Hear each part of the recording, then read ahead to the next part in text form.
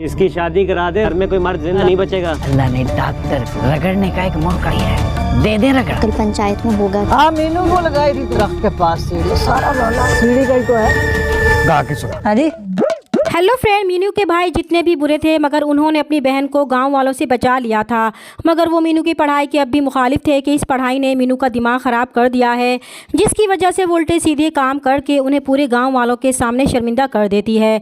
मगर मीनू का बाप अच्छी तरह जानता है कि इसकी मीनू दिल की बहुत साफ़ है, इसलिए जब गाँव वालों ने मीनू पर हमला करने की कोशिश की तो इससे बर्दाश्त नहीं हुआ और इसने अपने उन महंगे अंडों की भी परवाह नहीं की जो उसने दूसरे शहर से ढूंढ कर ख़रीदे थे। इन अंडों को निशाने बांध कर गाँव वालों की दुर्गत बनाई थी।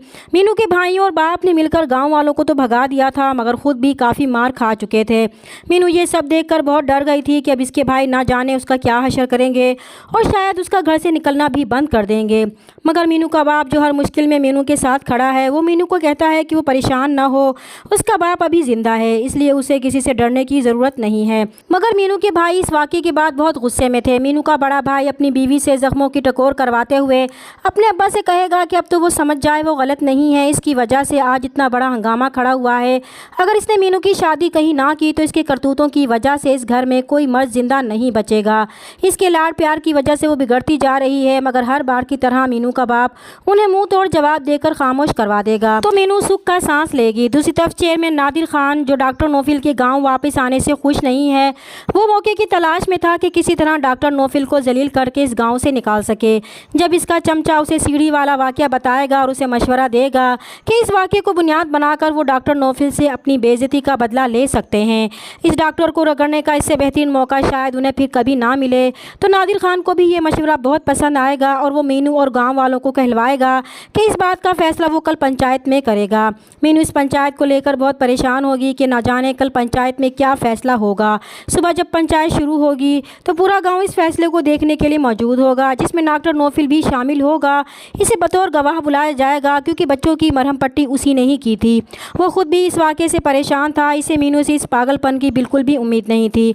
जब पंचायत शुरू होगी तो नादिर खान मीनू से सवाल करेगा कि आखिर इसने वो सीढ़ी दरख्त पर लगाई ही क्यों थी और ये सीढ़ी फसाद की वजह ही क्यों बनी थी।